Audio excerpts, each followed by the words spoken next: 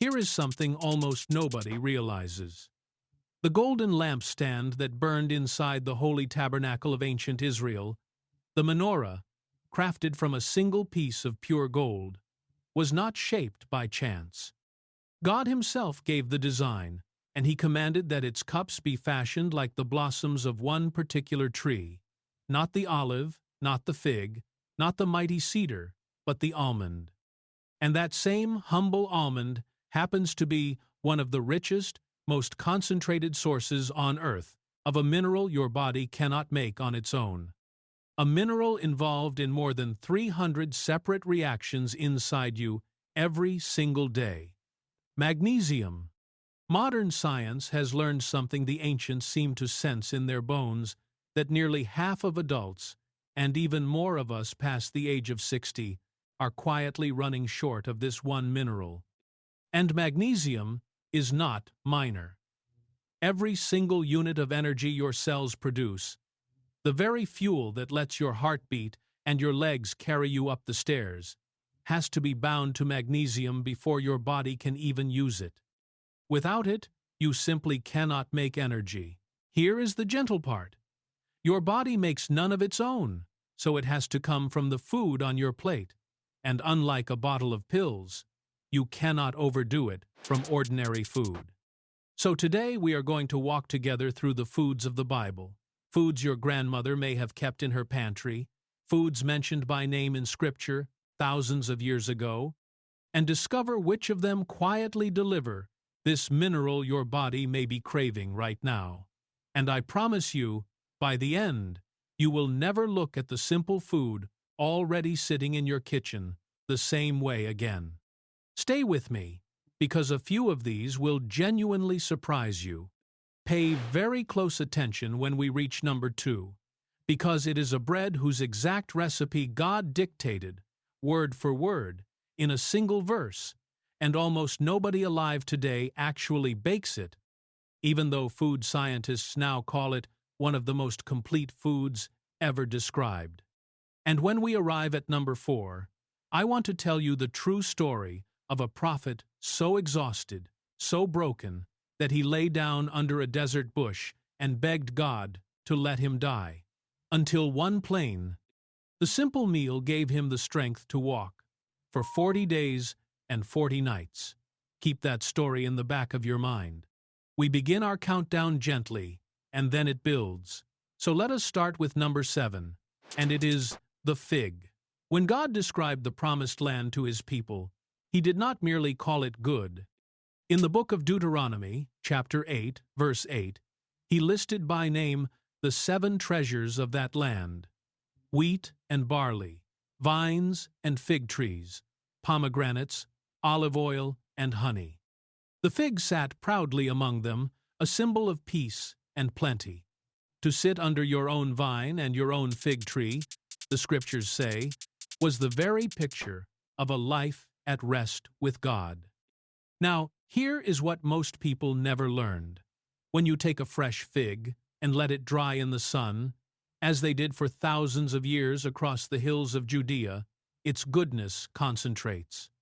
100 grams of dried figs carry roughly 68 milligrams of magnesium, along with potassium, calcium, and gentle fiber, a quiet, steady source wrapped in natural sweetness.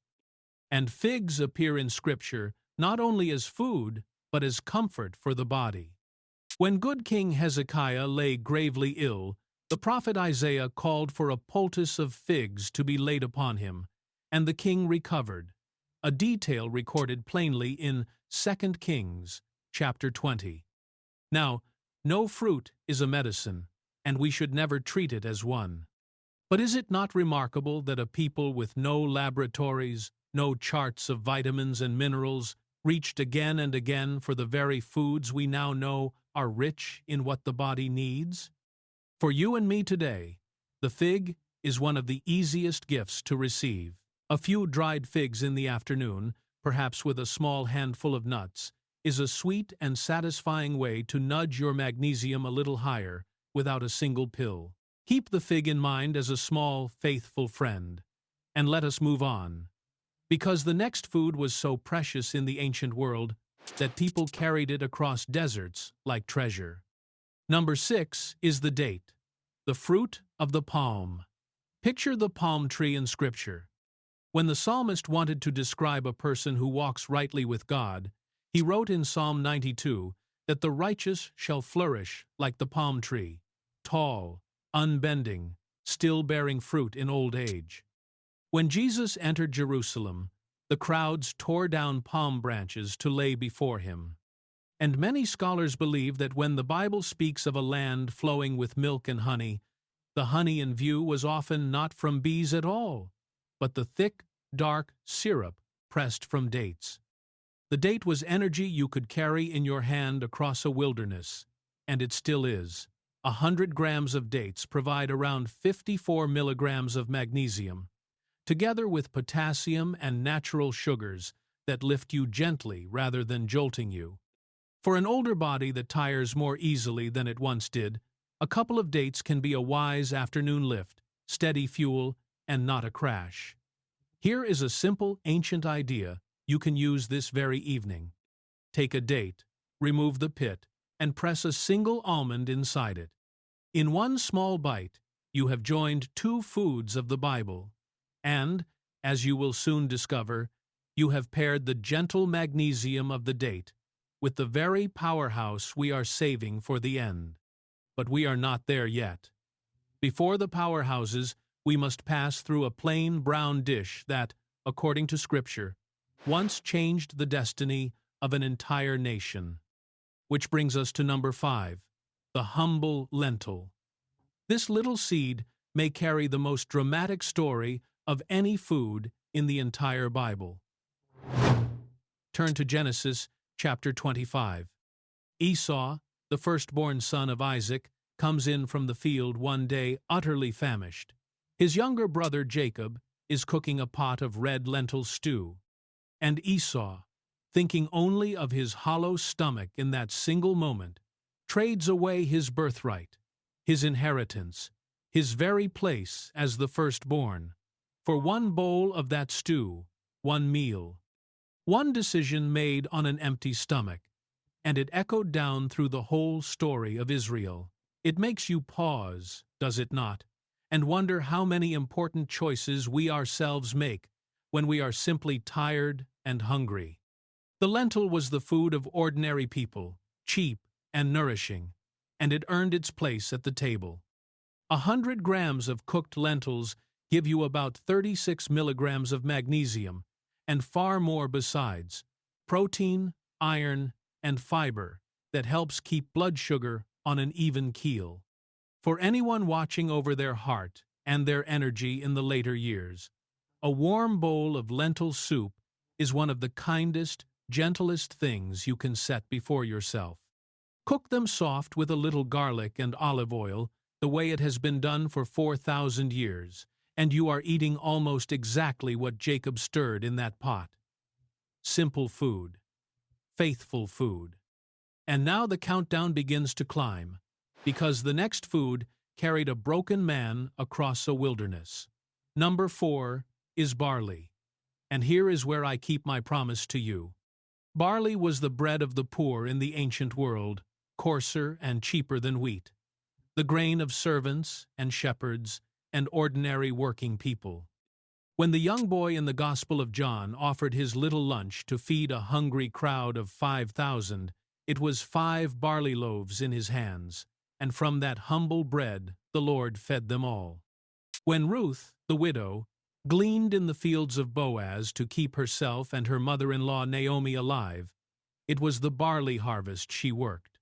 Barley fed the humble, and God used the humble.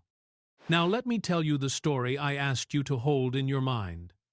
The prophet Elijah had just won the greatest victory of his life on Mount Carmel, and yet, hunted and threatened by a furious queen, he crumbled. He ran alone into the wilderness, sat down under a single broom tree, and prayed the saddest prayer a person can pray. "It is enough," he said. "Now, Lord, take away my life." And then, worn out with grief, he fell asleep. Perhaps you have known a season like that, when you were so tired in body and soul that you could not see how you would face the next day? Watch closely what God does. He does not scold Elijah. He does not lecture him. An angel simply touches him and says, "Arise and eat." And there by his head Elijah finds a plain cake of bread baked on hot coals and a jar of water. He eats. He sleeps again. The angel comes a second time, touches him once more, and says, "Arise and eat, because the journey is too great for you." And Scripture tells us that in the strength of that food, that simple bread and water, Elijah walked for 40 days and 40 nights, all the way to the mountain of God. Sometimes what a weary soul needs first is not a sermon. It is rest and a good meal, and the gentle touch of heaven saying, "Get up, you are going to be all right." That is the God of the Bible, who cares for the body He gave us. As for the barley itself, it is a genuinely nourishing whole grain, carrying magnesium, along with a special kind of fiber that many studies suggest may help support healthy cholesterol and steady blood sugar. A bowl of barley soup, or barley stirred into a hearty stew, is a quiet way to eat like Ruth and be strengthened like Elijah. Take a breath with me now, because we are down to the final 3, and this is where the magnesium truly becomes powerful. Number 3 brings us to the green, leafy plants and to the Passover table itself. On the night God led Israel out of slavery in Egypt, He commanded them to eat the lamb with unleavened bread and with bitter herbs. Those bitter greens, eaten to this very day at the Passover meal, were a reminder of the bitterness of bondage, and they were, quite literally, dark, leafy vegetables, cousins of the greens we know now. And of all the foods on this list, the humble, cooked, leafy green is one of the true magnesium champions. A single cup of cooked spinach delivers around 150 milligrams of magnesium, close to 40% of everything an adult needs in a whole day, from one modest serving. Swiss chard, another ancient Mediterranean green, is nearly as rich. This is the quiet powerhouse hiding in the produce aisle. And here is a fact that may trouble you a little, but you deserve to know it. Researchers have found that even the vegetables themselves carry less magnesium than they did generations ago, with the magnesium in American vegetables falling by nearly a fifth between the years 1950 and 1999. As the soil grew tired, all the more reason to lean into these greens on purpose. For older bodies, they bring not only magnesium, but also vitamin K and potassium that work together to support the heart, the bones, and healthy blood pressure. Here is a gentle tip, and an important one. Cooking your greens, steaming or lightly softening them in a pan, actually makes them easier to eat in larger amounts, and far easier on an older digestion than a great pile of raw leaves, and a little olive oil helps your body take in their goodness. So a warm plate of cooked spinach or chard, softened with a touch of garlic, is one of the most magnesium-rich meals in this entire countdown, and it sat on the Passover table 3,000 years before anyone knew the word magnesium. Do you have a bag of spinach in your kitchen right now? If you do, you are closer than you think to one of the best-kept secrets on this list. And now, number 2, the bread that God Himself dictated. This is a bread unlike any other, because its recipe was given by God in a single verse to the prophet Ezekiel. Open to Ezekiel chapter 4, verse 9, and you will read the instruction almost like a recipe card handed down from heaven. Take wheat and barley and beans and lentils and millet and spelt. Put them together in one vessel and make bread of it. 6 humble ingredients, grains and legumes, together in one loaf. For centuries, most people read straight past that verse without a second thought. But when modern food scientists looked closely at that exact combination, they found something quietly astonishing. When you bring grains like wheat and barley together, with legumes like beans and lentils, the two of them, side by side, supply all 9 of the essential building blocks of protein, the complete protein your body must have but cannot make on its own. Grain alone is missing some of them. Beans alone are missing others. Together, in one vessel, exactly as the verse says, they complete each other. And that same mix of whole grains and legumes is naturally rich in magnesium, in fiber, and in slow, steady energy that carries you through the day without a crash. Today, you can actually find bread made from this very recipe on grocery shelves, often sold sprouted, under names that point straight back to Ezekiel himself. Is it not humbling to think that a verse first written down in a time of hardship, a bread for the days of a siege, turns out to describe one of the most nutritionally complete loaves a human being can eat? For you, this is beautifully practical. A slice or two of genuine sprouted grain and bean bread in the place of soft white bread that has had most of its minerals stripped away is one of the simplest upgrades you can make to your daily table. Which brings us, at last, to number 1, the food God placed at the very heart of His holy lampstand, the true king of biblical magnesium, the almond.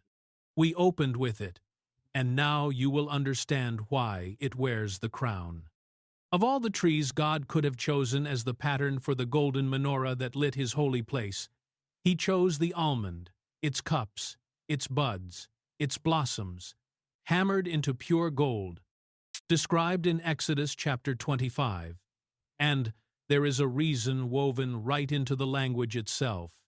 In Hebrew, the word for almond, shaked, sounds almost exactly like the word shakad, which means to watch, to be alert, to be awake and ready. The almond tree is the very first tree to bloom at the end of winter in the land of Israel, blossoming while every other tree still sleeps. The watchful tree, the one that stays awake.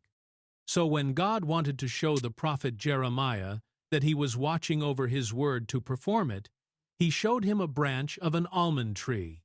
And when the people rebelled and questioned whom God had truly chosen to lead them, God settled it in a single night. Of all the wooden staffs laid before Him, only Aaron's rod budded, blossomed, and bore ripe almonds by morning, dead wood brought suddenly to life, recorded in Numbers chapter 17.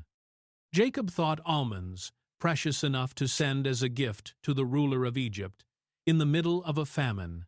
In Genesis chapter 43, this was a treasured food. The Bible even uses the white blossoms of the almond as a tender picture of silver hair and old age. In Ecclesiastes chapter 12, a quiet reminder that the later years are their own kind of blossoming. And here is why the almond crowns our list. It is one of the most magnesium-dense foods you can hold in your hand.